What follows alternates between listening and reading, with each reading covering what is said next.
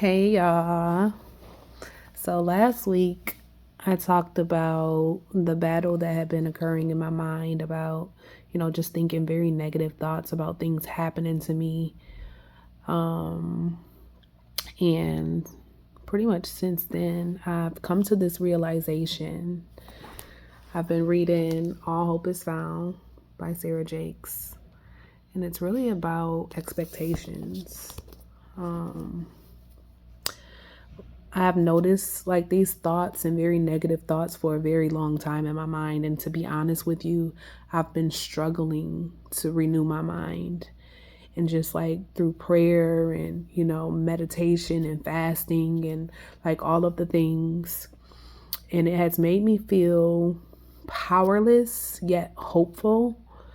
But one of the things that Sarah challenged me to do was to go back to a place where I experienced, or go back to an experience where I had great expectations. And the first thought that I thought about was LA. Although I didn't know like the fullness of why I'm moving to LA and all of that stuff, I expected growth. But it still came with lots of negative thoughts. I feel like the negative expectations drowned out the positive expectation of growth. So, yeah. But then I thought about another experience that I had, and it was like back in 2017 ish. And I was expecting to get married, and it didn't work out. And I just remember being so happy, full of like great expectation about being married and what it looked like and how our lives would be. And I went dress shopping. My dad purchased a dress for me. Like it was like a great moment. I remember not being able to sleep because I was so full of excitement and, you know, great expectation. And once it didn't work out, I was able to see that that's when like there was a shift in my expectations. I feel like my whole perspective changed, like very negative, very negatively about how I saw the world, how I saw people, how I saw God, how I saw myself. Um, yeah, so I was able to trace that back and just kind of like walk myself through it and just like release it. And once I did that, like I just feel a little bit freer.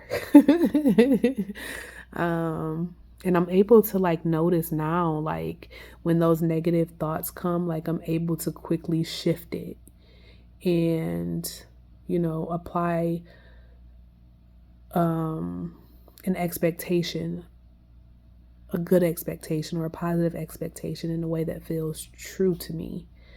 So, like, for example, I have like this teacher reflection coming up that's due actually tomorrow. But when I was first greeted with the idea that I had to do it, which was last week, I panicked, like utter confusion, just like negative thoughts about what they would think of me, what I was gonna say, just like all of these thoughts about I just got here, I can't do this, like all of the things. And then I just stopped and I'm like, okay, Ebony, you don't have to write anything that's not true to you. Like I just felt like I had to pull out of like I feel like I was kind of like pulling out of a rabbit's hat or something like that. Like, and I'm like, you don't have to write anything that's not true to you. You can write about your genuine experience because that's what this is, right? And also, you can pick a topic that you actually want to learn about. Like, it's okay to not be a teacher in this moment, to actually be a student.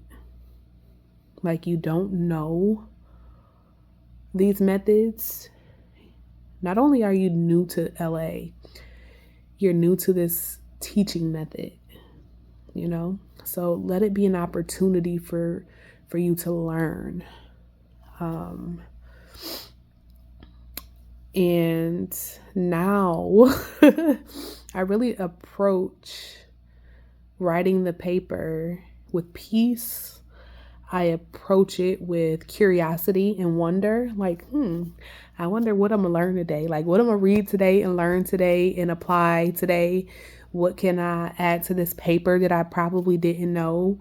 How can I show